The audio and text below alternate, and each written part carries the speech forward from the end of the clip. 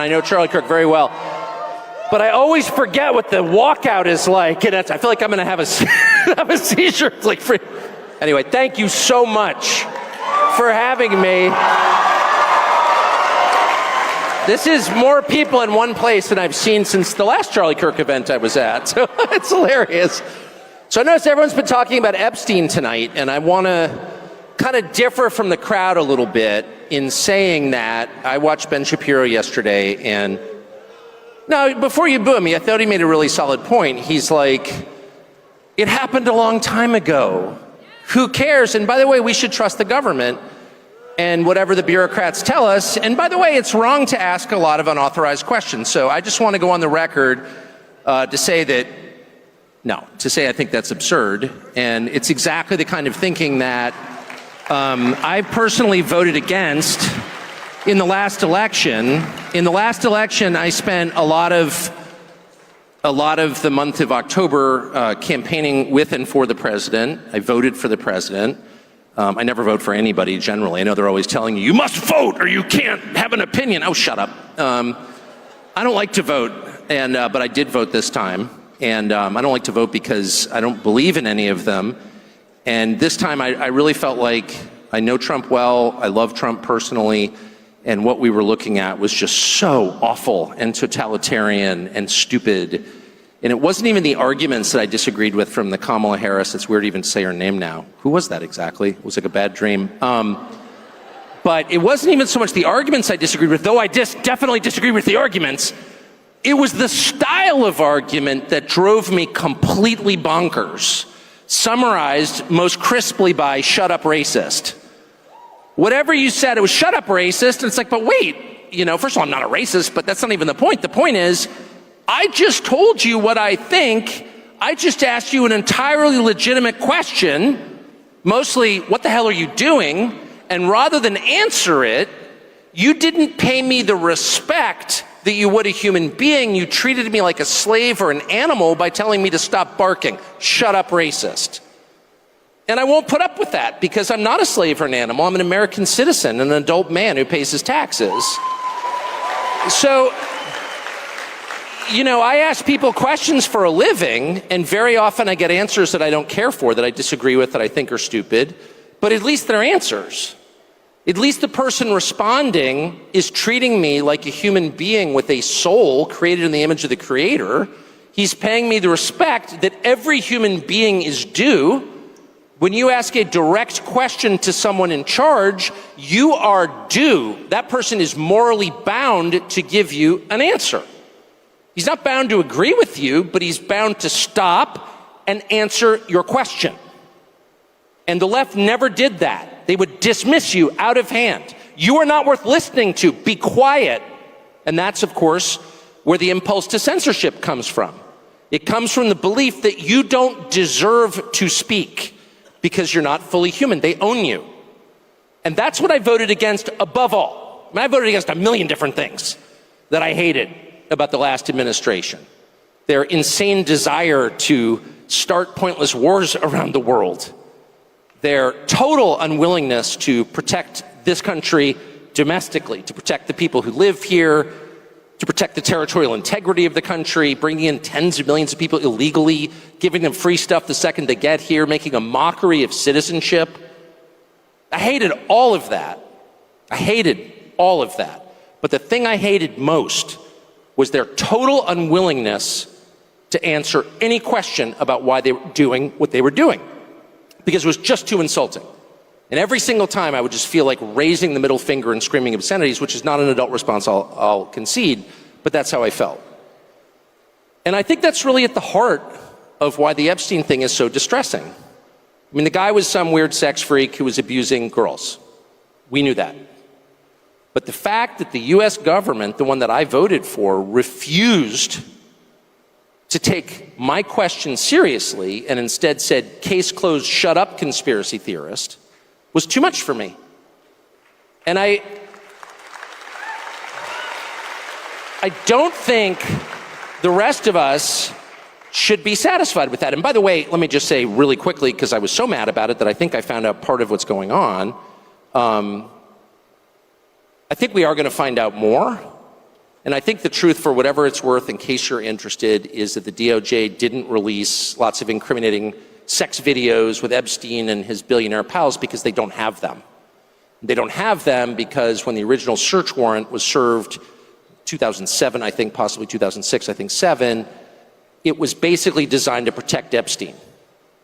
The search warrant was written in such a way to make sure that the feds never got their hands on the actually incriminating evidence. It's another way of saying the cover-up has been going on since 2007, almost 20 years. And so the real question is not, was Jeffrey Epstein a weirdo who was abusing girls? Yes, we can answer that. The real question is, why was he doing this, on whose behalf, and where did the money come from? And those are the questions that need to be answered. And I think it's entirely fair to ask them. And it's not adequate to say anyone who asked them is somehow desecrating the memory of little girls who died in Texas. I'm not going to put up with that answer. I don't care who gives that answer. That is not acceptable. And I think the real answer is Jeffrey Epstein was working on behalf of intel services, probably not American. And we have every right to ask, on whose behalf was he working? How does a guy go from being a math teacher at the Dalton School in the late 70s with no college degree to having multiple airplanes, a private island, and the largest residential house in Manhattan? Where did all the money come from? And no one has ever gotten to the bottom of that because no one has ever tried. And moreover, it's extremely obvious to anyone who watches that this guy had direct connections to a foreign government. Now, no one's allowed to say that that foreign government is Israel because we have been somehow cowed into thinking that that's naughty. There is nothing wrong with saying that. There is nothing hateful about saying that. There's nothing anti-Semitic about saying that. There's nothing even anti-Israel about saying that. I've spent my entire life pretty much in Washington, where I knew and loved a number of people, including one very close person who worked at CIA. That has never prohibited me from saying, I think the CIA has done some horrible things, murdered a bunch of people, participated in the murder of a sitting US president. It's got a whole trail of crimes. That doesn't make me a disloyal American. It doesn't make me anti-American in any sense. I was born here. My family's been here for hundreds of years. I love this country. That's why I live here. So criticizing the behavior of a government agency does not make you a hater. It makes you a free person. It makes you a citizen. You're allowed to do that because you're not a slave. You're a citizen. And you have a right to expect that your government will not act against your interests, and you have a right to demand that foreign governments not be allowed to act against your interests. That's not creepy. It shouldn't be forbidden. And yet all of us have trained ourselves to believe that you can't say that somehow, that that's like too naughty and forbidden. And the effect of making that off limits has been to create a lot of resentment, and I'll say it, hate, online, where people feel like they can't just say, like, what the hell is this? You have the former Israeli prime minister living in your house. You have had all this contact with the foreign government. Were you working on behalf of Mossad? Were you running a blackmail operation on behalf of a foreign government? By the way, every single person in Washington, D.C. thinks that. I've never met anyone who doesn't think that. I don't know any of them that hate Israel, but no one feels they can say that. Why? And I think the longer that we play along with it, the more subterranean and creepy and hateful the conversation actually becomes. So I think it's better just to say it right out loud. Did this happen? And of course that question has been asked to the government of Israel, and their answer is, we're not going to tell you. And I think our answer should be, no. As long as we're sending you money, if you were committing crimes on our soil, we have an absolute right to know, did you do this or not? And yet everybody has been so brainwashed into thinking that's somehow an expression of hate or bigotry, when it's not. It's a baseline question that every US citizen has a right to an answer on. What the hell was this? And by the way, if it turns out that it was nothing at all, that somehow Jeffrey Epstein really did earn $165 million giving tax advice to somebody, which is, for the record, a lot more than most people pay their accountants, and that none of this was actually a foreign intel operation, and that there was no blackmail involved, that actually Bill Gates was just hanging on the island because the weather was especially good. No one was videotaped doing anything immoral or illegal, and then that was used against them to get them to obey. If all of that is false, then just tell me how it's false. But don't call me a lunatic. And when Fox News runs a piece, as they did yesterday by Hugh Hewitt, saying that anybody who's got even more questions about Epstein is some kind of nutcase with an unhappy personal life, who's spending too much time on Twitter in the fervid fever swamps of conspiracies, up yours, buddy. Then why don't you answer the question then? Don't let anybody insult you, anybody, and I mean anybody, ever get away with insulting you instead of answering a legitimate question. Okay? Ever. And by the way, you will hear certain people say, well, that means you hate the person. No, it doesn't. I've got a bunch of kids. I would never let them get away with that. If I caught one of my kids, smoking weed in the bathroom at my house, and I was like, are you smoking weed in the bathroom? Shut up, racist. You hate me. No, you're my child. I don't hate you. Answer the freaking question. Were you smoking weed in the bathroom or not? I'm not the criminal here. You seem to be. So I just think it's really important to get into that headspace. And even now, when people talk about this topic, I can promise you, since I spent all day on the phone yesterday on this topic with informed people, they're like whispering certain words. And I'm like, why are we whispering? Why should I be ashamed as an American about wanting to know what the hell that just was? Why should I be embarrassed? I'm not the bad guy here. Why should I be embarrassed to ask, what's in this war for us? We got to go to war. Shut up. You're a bigot if you don't want it. First of all, I'm not a bigot. But second, that's kind of not the point. The point is, what's in it for us? Why is this a good idea? Shut up. And it's exactly the style of argument that I voted against, and I will never accept it. I don't care who does it. I will never accept that. Give me a legitimate answer, a reasonable answer, a sincere answer, a good faith answer. We may disagree.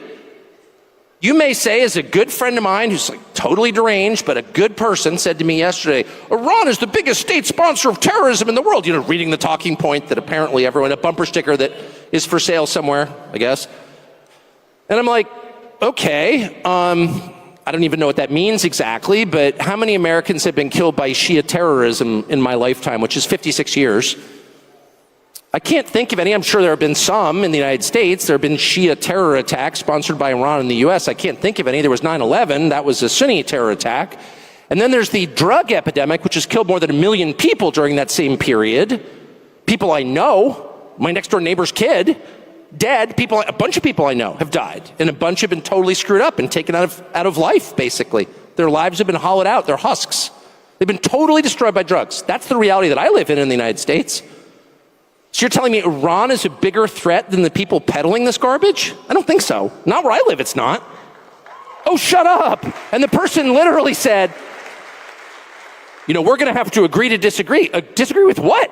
What are you even talking about? But at least he gave me an answer. He didn't say, oh, you hate so-and-so. He didn't go immediately to motive. Okay, so this is always the tell.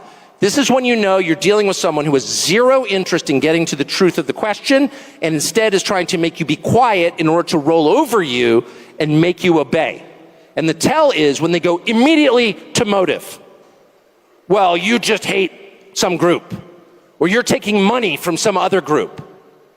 And neither one happens to be true in my case, but I always feel like saying, well, okay, what if I am getting paid? Or what if I have some kind of creepy bigotry? Which I don't, because I think it's immoral. God created individuals. Each one knows the hairs on your head. Each person has a soul. No person is seen by God as a member of a group. Each person is seen by God as an individual. So I don't like that. And I really don't. I'm not just saying that. And I mean every individual on the planet, regardless of what he looks like or what he believes. That is true of every person. And I sincerely mean that. But even if I didn't, maybe I was some full wacko. And maybe I was taking tons of money from some bad country, one of the bad countries you're not allowed to talk about or like. Qatar! That's the most hilarious. Qatar is kind of controlling our conversation. Qatar. Evil Qatar. I am laughing. I've actually been to Qatar. It's awesome. Never taken $1 from the Qataris or the Qataris or whatever they're called.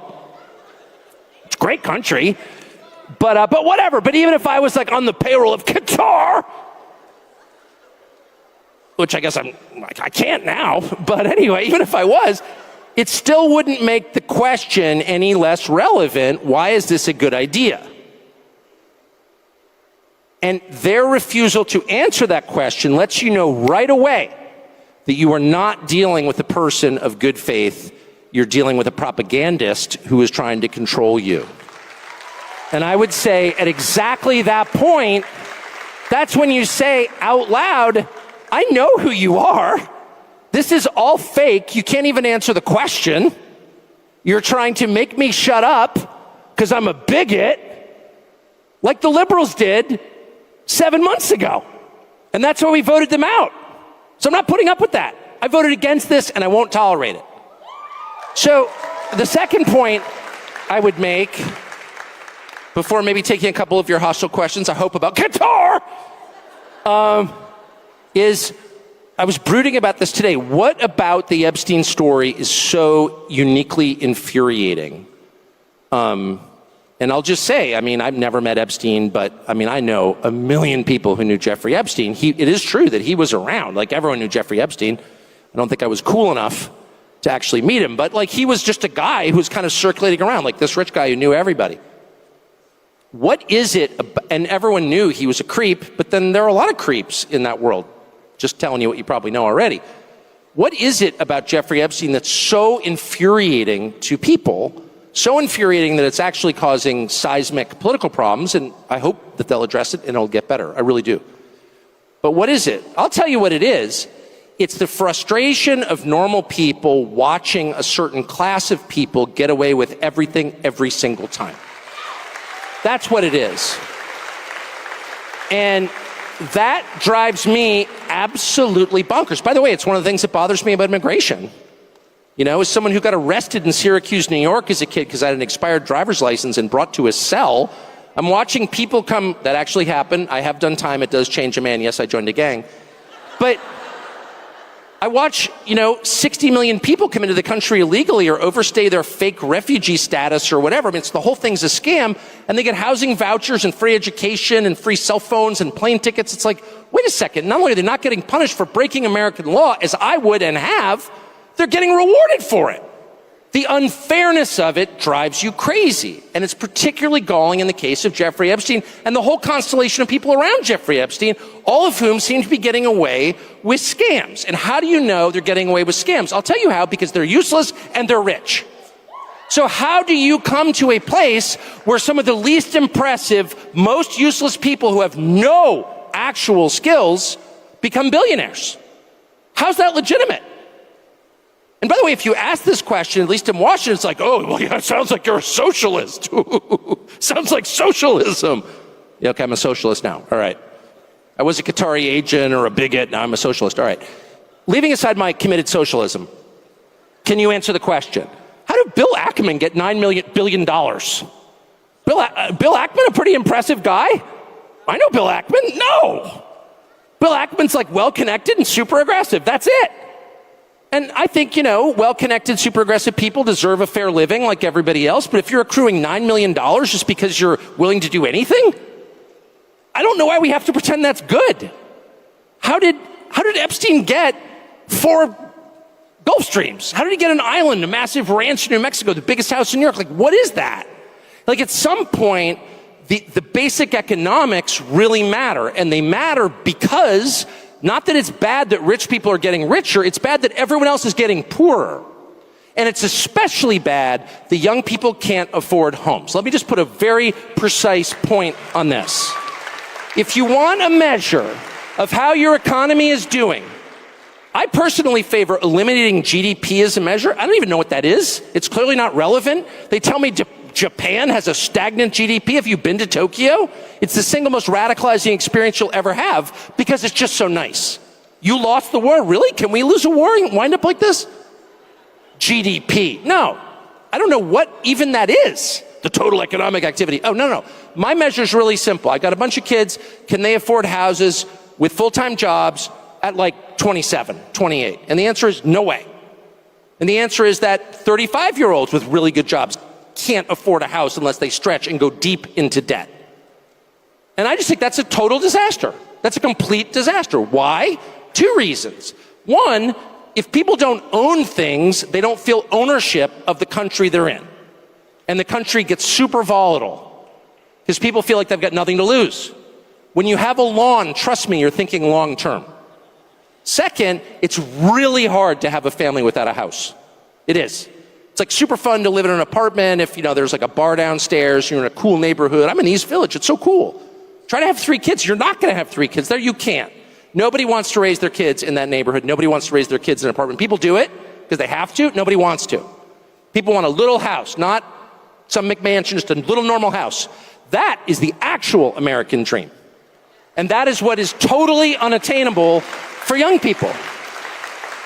And so the only young people in general that you will ever meet who have houses are young people whose parents help them. And God bless their parents. That's a perfectly great thing to do for your kids. But most people's parents can't afford to do that because they're already in debt from their pointless college degree. So that is a national emergency.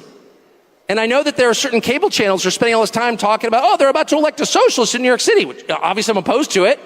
He's not even a real socialist. He's like a trainee vax, rich kid liberal guy. Mom Donnie.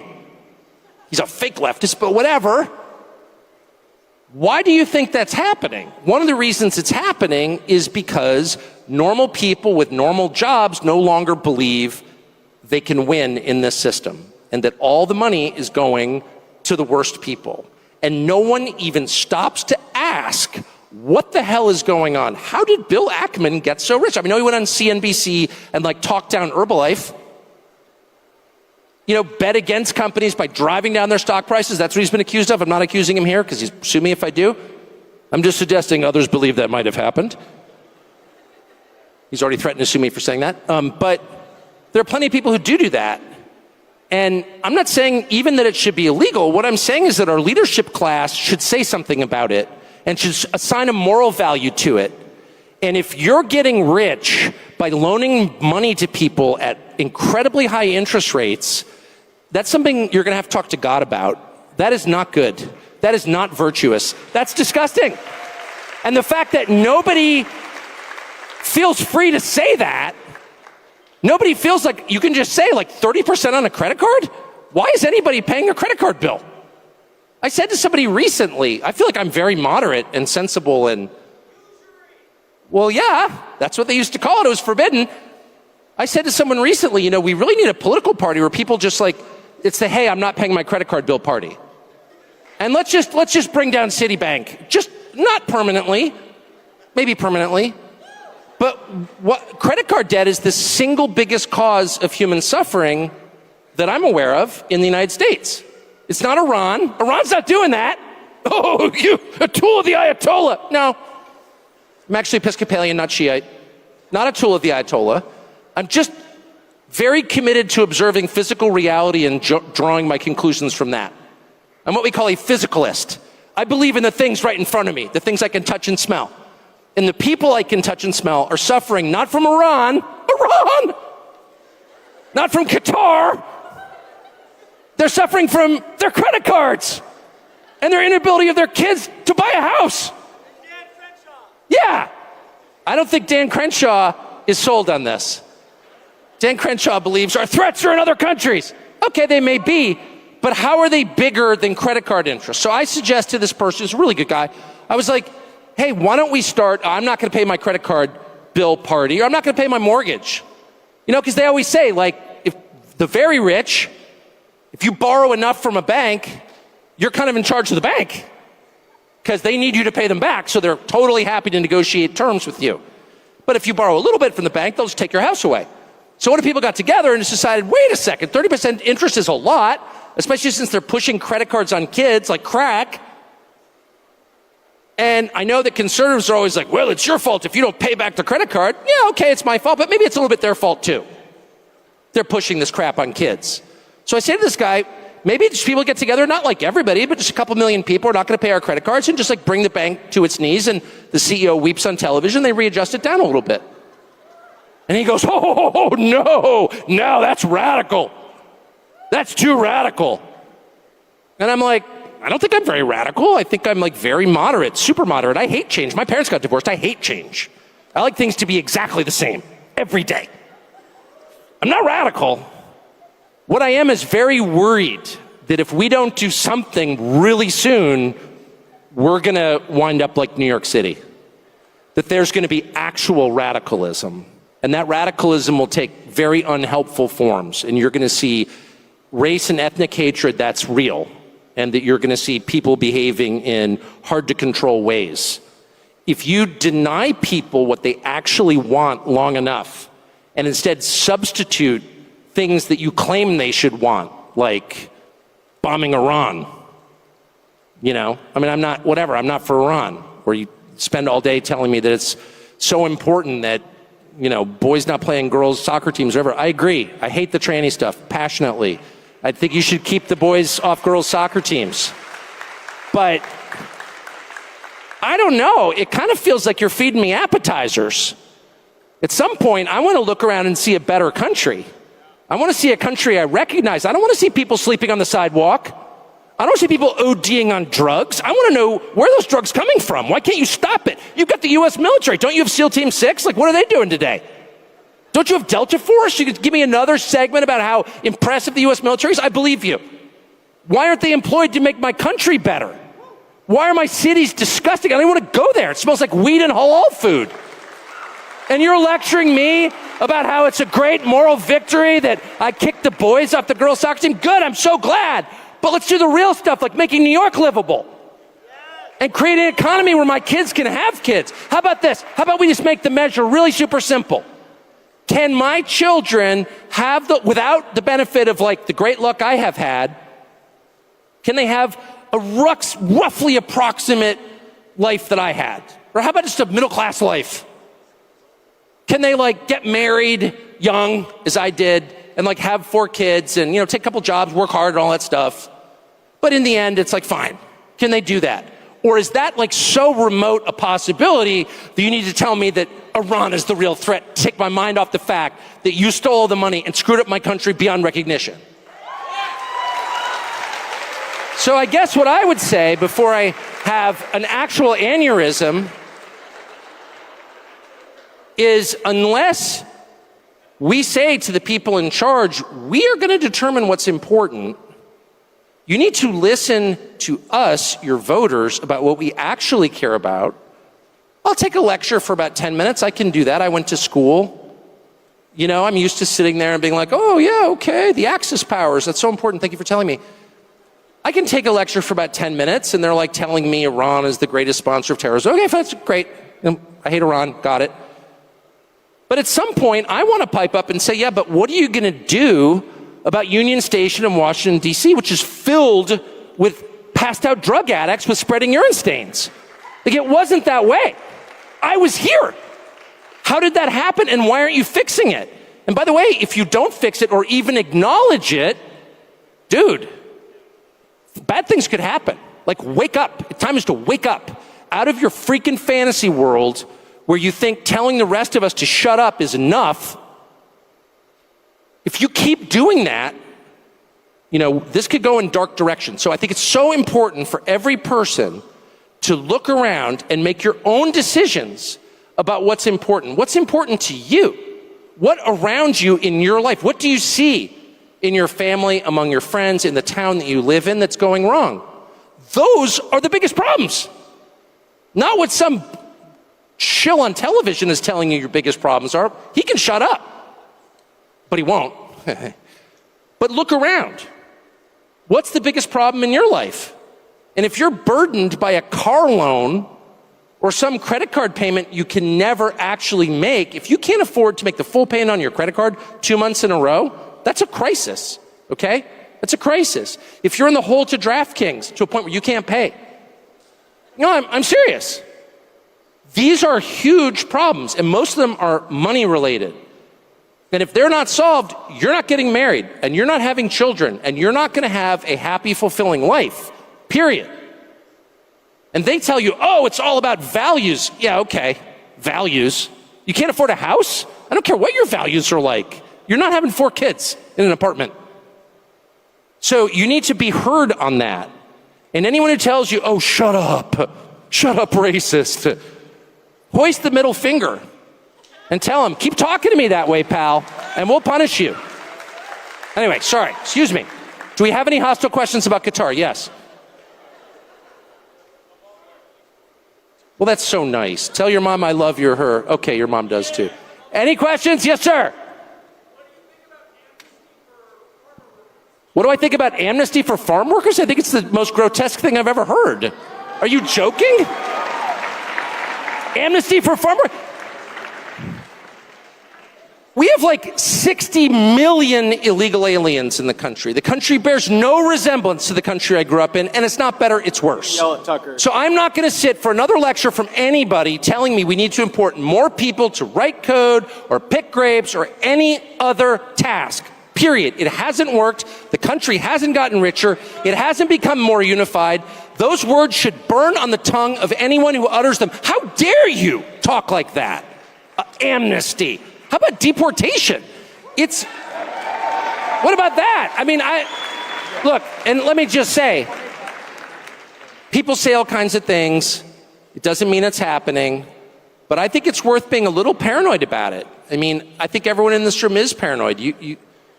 It's important to make sure even the people you love are true to their word. Doesn't mean you hate them. Again, I don't take my kids I love my kids more than anything. I don't automatically believe everything they tell me because I'm not a moron. Because I understand that people don't always say the truth. So, but anyway, yeah, any kind of amnesty is not only a bad idea, it's like outrageous. Anyway, sorry, I've been told to take the mics. I'm sorry, I know you guys have good provocative questions about Qatar, but I've been asked to talk to this guy.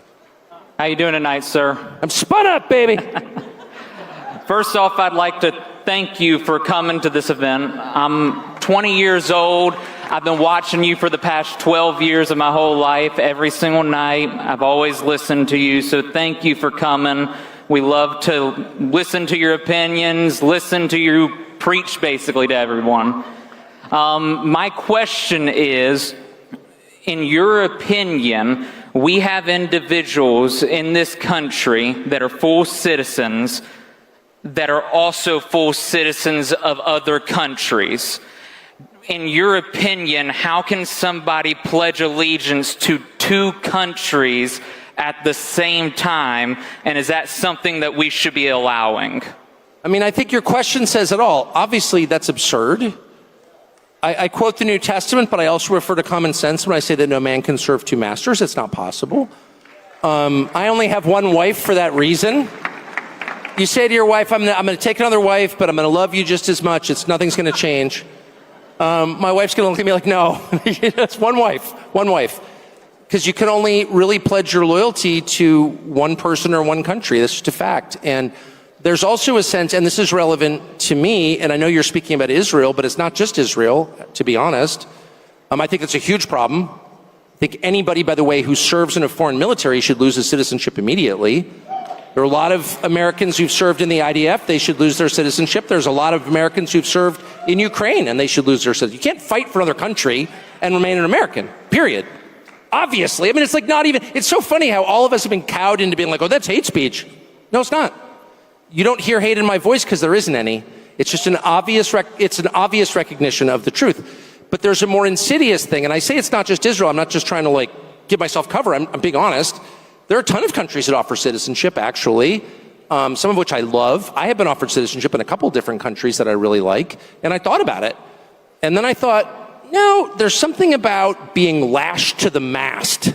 Like everyone can see that America's in trouble, the demographic trends are really bad, and the country's decaying, its cities are falling apart. So you're like, oh, wow, maybe I should flee. And then I'm like, my ancestors are from here. My parents are buried right across from my kitchen. I'm staying here. And the second you make that decision in your head, like, I don't care what happens to America, I will be here. It totally changes your attitude. You're like, I don't even care. It's my country. And they've been here for so long and fought in all of these wars. My ancestors, and I'm sure yours, would be totally shocked by some of the conversations. Foreign flags in the Congress? Are you joking? Get out. And so, no, once you decide you're all in on your country, it really changes the way you approach everything. And by the way, it should be the baseline requirement.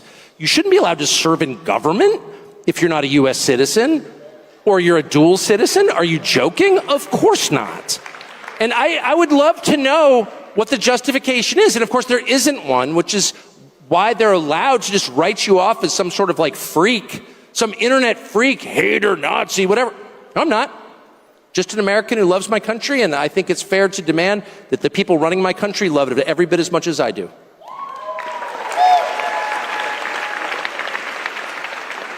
Alrighty, Tucker. Thank you for being here today. My question is mainly focused on national security. I have a question first, and then a proposal.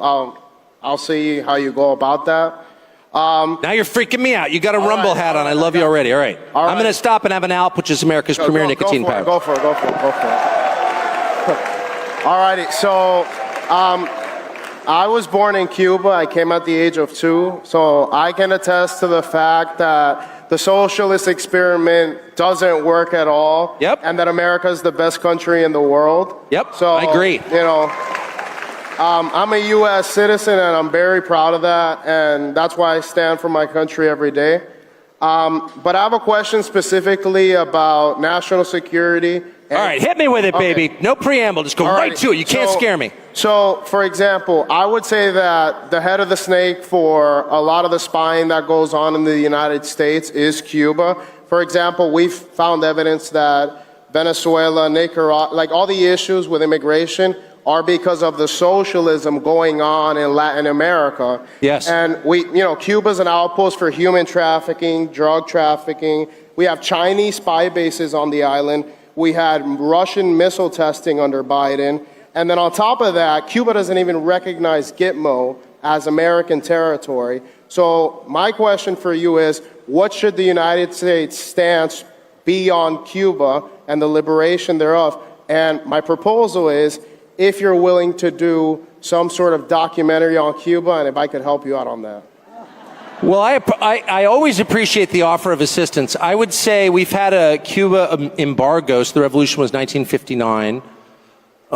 So that was, 60, could that really be 66 years ago? That's crazy. And we've had an embargo for much of that time, and you just said yourself it hasn't worked. It hasn't liberated Cuba. The same regime is in charge, and it is still, working to undermine the interests of the United States. So what we're doing isn't working. I think that's a good place to start.